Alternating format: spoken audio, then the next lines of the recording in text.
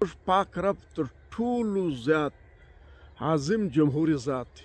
پاک رب د چا اظهار رائے د چا د خبرو حق له هغه سناخ له شیطان څخه نه واخیست. شیطان ته یې موقع ورکړه. موږ ته ټول خبر چې دا د خدای دشمن دی، دا د انسانیت دشمن دی، ډېر نجس ذات دی، لیکن بیا یې موقع ورکړه ده. که چیرې یو انسان په دې دنیا کې دومره بغاوت وکړي، انسانان بې ژوندي وخوري، په تیلو کې به ویشي. که انسان له یو سټیټ سره بغاوت وکړي، د انسان له قانون سره بغاوت وکړي، پانسۍ به کړي، ټوکړې ټوکړې به کړي، ضربه به کړي، په بم به والوځوي. بلې خواته شیطان له خدای سره بغاوت کوي، له خدای سره د جنگ اعلان کوي، او الله پاک مکمله موقع ورکوي، او تر څو پورې دا دنیا وي تر هغه وخته پورې دته موقع ده.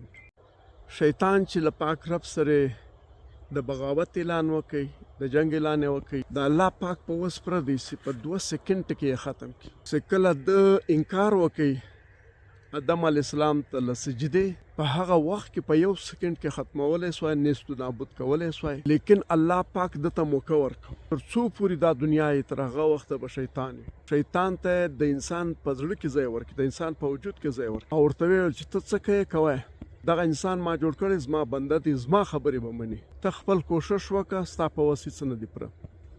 دا د جمهوریت تر ټولو غټه نښه ده، او دا موقع یې په دې ورکړې ده چې کیدای سوی دغه شیطان تسلیم سي، توبه وکاږي، بیرته د الله پاک ولارې ته راشي، او راځي به خامخا به راځي، تسلیمیږي به، توبه به کاږي.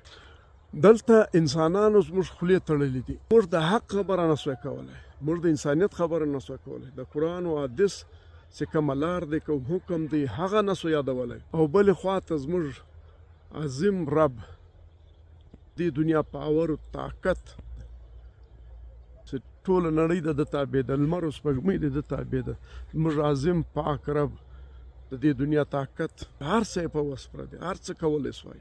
بیا هم دونه برداشت لري، دونه غټه سینه لري.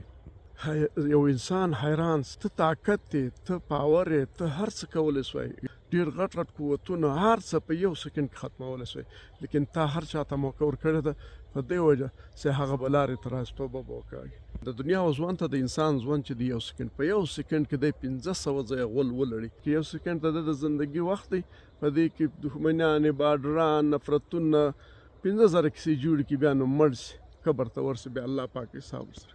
په الله پاک ټول انسانان ګران دي، که مسلمانان دي که غیر مسلم. ولې غیر مسلم چې کله ماشوم یې له موره پیدا کېږي، هغه په هېڅ نه دي خبر، د هر چا سره مینه لري. دا رقم نه دي لکه موږ چې له ورور سره نفرت لرو، له مور سره نفرت لرو، د خدای حکمونه نه منو. یعنې موږ انسان ډېر په غلطه لاره